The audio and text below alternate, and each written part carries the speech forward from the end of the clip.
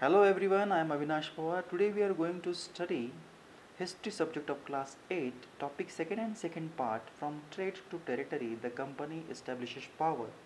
And the second part we are going to study how trade led to battle. After the death of Aurangzeb, the Bengal Nawab asserted their power and autonomy, as other regional power were doing at that time. Murshid Quli Khan was followed by Ali Khan and then Siraj-ud-Dawla as the Nawab of Bengal. तर आपल्याला असं लक्षात येईल की हा जो व्यापार होता त्या व्यापारामुळे युद्ध कसं झालं आणि बंगालमधील जे काही स्थानिक नेते होते औरंगजेबच्या मृत्यूनंतर त्यांनी त्यांचे अधिकार आणि आपली जी पॉवर आहे ती वापरण्यासाठी सुरुवात केली आहे.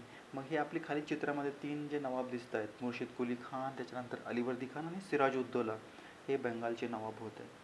तर मग ह्या दोन्हींच्या काय मागण्या होत्या? एका बाजूला होते लोकल रूरल म्हणजे स्थानिक राज्यकर्ते, छोटे छोटे प्रांत होते आणि त्या छोट्या छोट्या प्रांतामध्ये राजे होते आणि त्या राजांचे ते अधिकार त्यांच्या टेरिटरीजमध्ये प्रदेशमध्ये होते. दुसरीकडे होते ईस्ट इंडिया कंपनी. तर आपण दोघांचीही काय मागण्या होत्या त्या समजून घेणार आहोत. So local leader refused to grant the company concession, demanding the large tributes for the company's right to trade. आणि मग मोठ्या प्रमाणात कंपनीने काय केलेलं आहे की तुम्हाला व्यापाराचे कोणतेही कन्सेशन सवलती मिळणार नाही आहेत. जर तुम्ही आम्हाला मोबदला दिला तरच तुम्हाला आम्ही व्यापार करण्याचा अधिकार देऊ.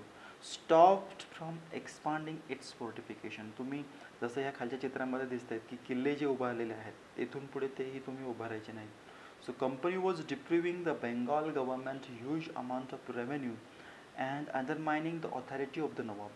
कंपनी काय करते आहे की बेंगाल गव्हर्नमेंटला कोणत्याही प्रकारचा कर देत नाही आणि आमचे अधिकार तुम्ही मान्य करत नाहीत. तर ह्या गोष्टी स्थानिक जे राज्यकर्ते होते त्यांना नको होत्या. दुसरीकडे ईस्ट इंडिया कंपनीला काय वाटायचं, it was refusing to pay taxes, writing disrespectful letter and trying to humiliate the Nawab and his official. मोठ्या प्रमाणात अपमानास्पद पत्र लिहिली गेली किंवा जे काही नवाब होते किंवा नवाबांच्या दरबारी जे काम करणारे अधिकारी होते त्यांना अपमानास्पद वागणूक ह्या कंपनीच्या लोकांनी दिलेली आहे. The unjust demand of the local official were ruining the trade of the company. आणि तुमच्या ज्या काही मागण्या आहेत या स्थानिक राज्यकर्त्यांच्या त्या अवाजवी आहेत आणि त्याच्यामुळे आमचा जो व्यापार आहे तो नष्ट होण्याच्या मार्गावर आहे. So trade could flourish only if the duties were removed. हा व्यापार कधी वाढेल, जर तुम्ही कर काढून टाकले तर आमचा व्यापार हा वाढणार आहे. It was also convinced that the expand of trade it had enlarge it's settlement, buying up village and rebuild it's fort. तुम्ही जर आम्हाला काही गावं दिली, जर आम्हाला किल्ले बांधून दिले तरच आमचा व्यापार जो आहे तो समृद्ध होणार आहे. अशा दोन्ही पद्धतीने मागण्या होत्या.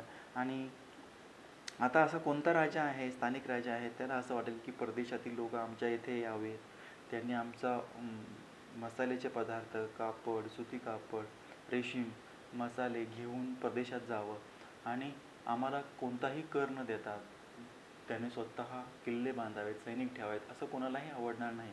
आणि मग साहजिकच जे लोकल रूलर होते त्यांच्यात आणि ईस्ट इंडिया कंपनी याच्यामध्ये युद्ध होणार हे साहजिकच होतं. आणि म्हणून द बॅटल ऑफ प्लासी, ज्याची इतिहासामध्ये एक नोंद आहे, खूप महत्त्वाचं युद्ध आहे हे.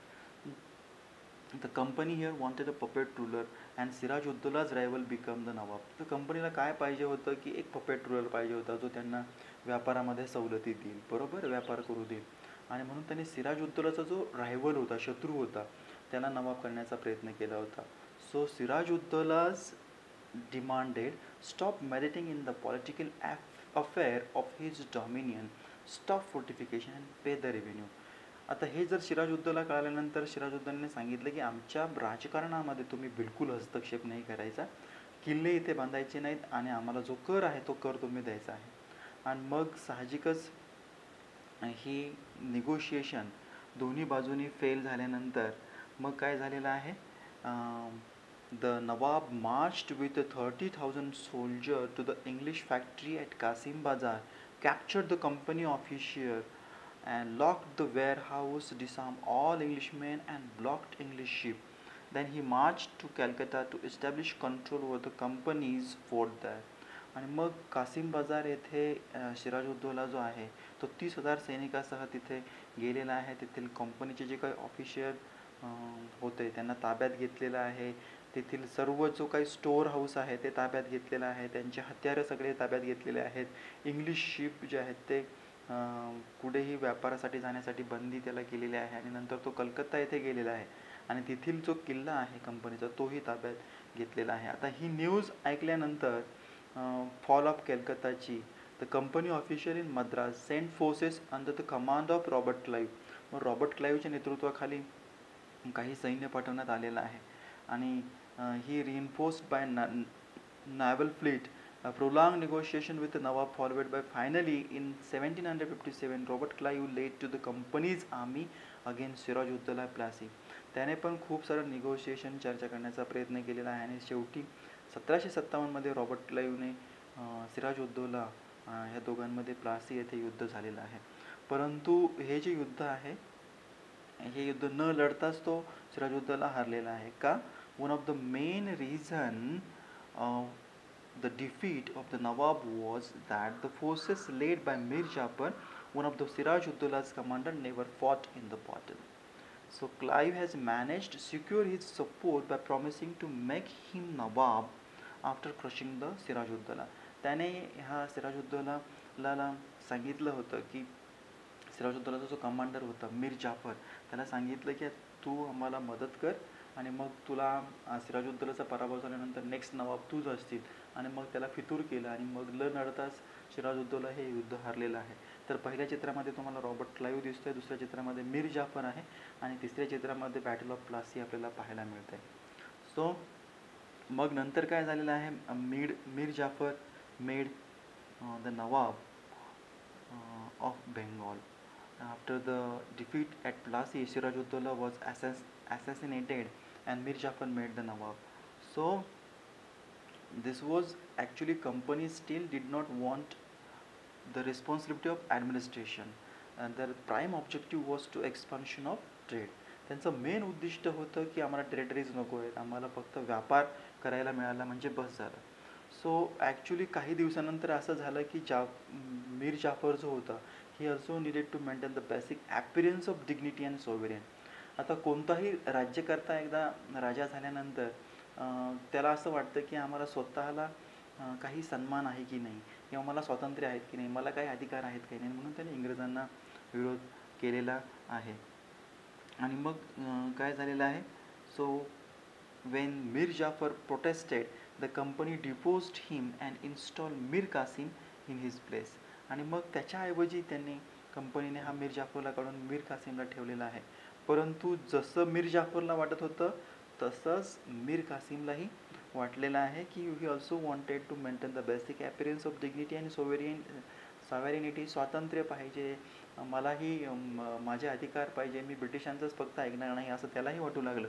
आणि मग त्यानेही ब्रिटिशांना विरोध करायला सुरुवात केली. So in turn he was also defeated in the battle fought at Buxar in 1764. मग बक्सारचं युद्ध हे झालेलं आहे 1764 मध्ये आणि मग Mir Jafar was again reinstall. पुन्हा मीर कासिमला कडून पुन्हा कोणाला सत्तेवर आणलेलं आहे, मीर जाफरला आणलेलं आहे. So Nawab had to pay now 5 lakh every month but the company wanted more money to finance its war. 5 लाखाचा दंड त्यांनी केलेला आहे, महिन्याला द्यायचे आहेत आणि खूप सारं त्यांना पैसा आता हवा आहे. So and the meats the demand of trade and it's other expenses. It wanted more territories and more revenue.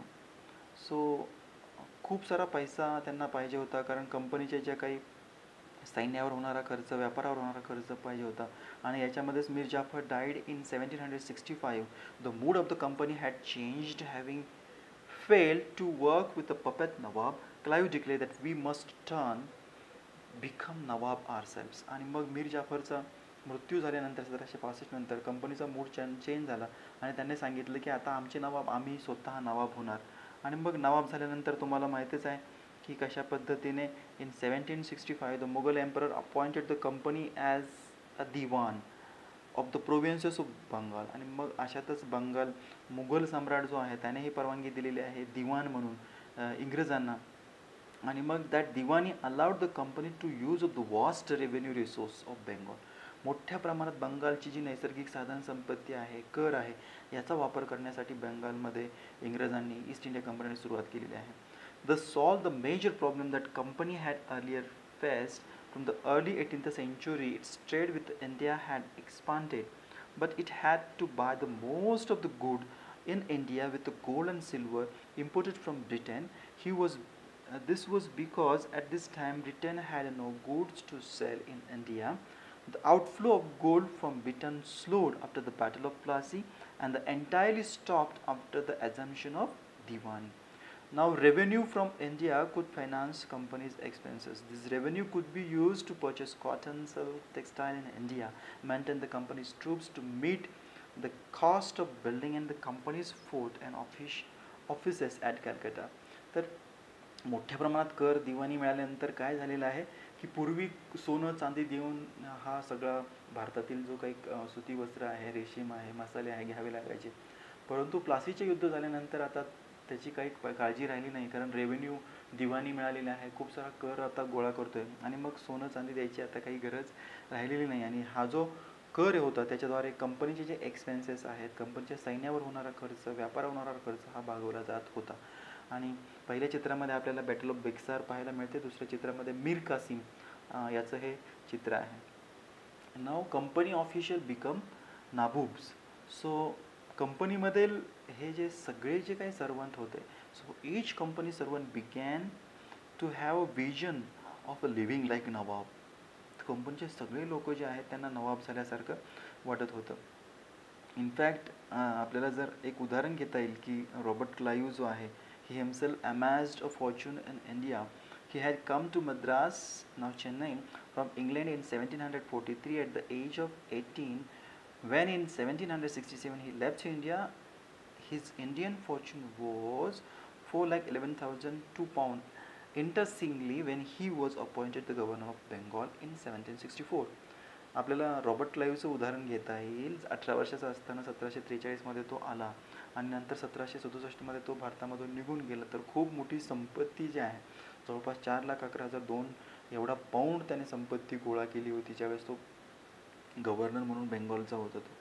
आणि मग he was asked to remove corruption in the company's administration, but he was himself cross-examined in 1772 by the British Parliament, which was suspicion of his vast wealth. Although he was acquitted, he committed suicide in 1774. असं जरी असलं तरी कंपनीने त्याला सांगितलं की कंपनीमध्ये खूप भ्रष्टाचार आहे आणि तू तो शोधून काढ. आणि नंतर ब्रिटिश पार्लिमेंटने स्वतः त्याची चौकशी केलेली आहे भ्रष्टाचाराच्या आरोपाखाली. आणि मग अशातच त्याने स्वतः आत्महत्या 1774मध्ये केलेली आहे. तर हे जे कंपनीमधले जे काही लोक होते किंवा अधिकारी होते, सगळेच करप्ट आणि डिसऑनेस्ट नव्हते.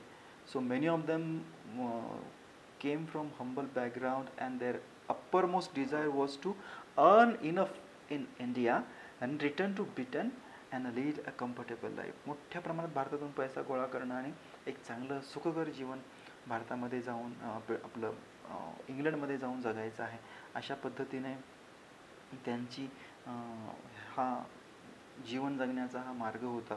So those who managed to return with the wealth led flashy lives and flaunted their riches. So they were called Nabub, an anglicized version of the Indian word Nawab. They were often seen as upstart and social climber in British society, were ridiculed and made fun in plays and cartoons. आणि मग हे जे संपत्ती भारतामध्ये येऊन कमवायची आणि तिकडे जाऊन एक कम्फर्टेबल लाईफ ब्रिटनमध्ये जाऊन इंग्लंडमध्ये जाऊन जगायचे, तर यांना अँग्लिसाइज्ड व्हर्जन असं म्हणायचे. म्हणजे इंग्रज आणि भारतीय अशा स्वरूपाची ही लोक आहेत जे नवाब तिकडे जाऊन नबूब बनलेले आहेत. आणि मोठ्या प्रमाणात यांनी अपस्टार्ट आणि सोशल क्लाइंबर्स म्हणजे यांचा जो आर्थिक स्तर आहे तो आता वरचा तिकडे जाऊन झालेला आहे. आणि मग यांचा सोशल जे काही प्लेज होते किंवा कार्टून होते याच्यामधून त्यांच्यावर हास्यात्मक किंवा उपहासात्मक टीका ही केली जायची. सो अशा स्वरूपाचा हा सेकंड पार्ट आपण पाहिला, ज्याच्यामध्ये ट्रेडमुळे कशा पद्धतीने how trade led to battle हा जो महत्त्वाचा पार्ट आहे तो आपण याच्यामध्ये आज पाहिलेला आहे. So thank you very much for watching this video.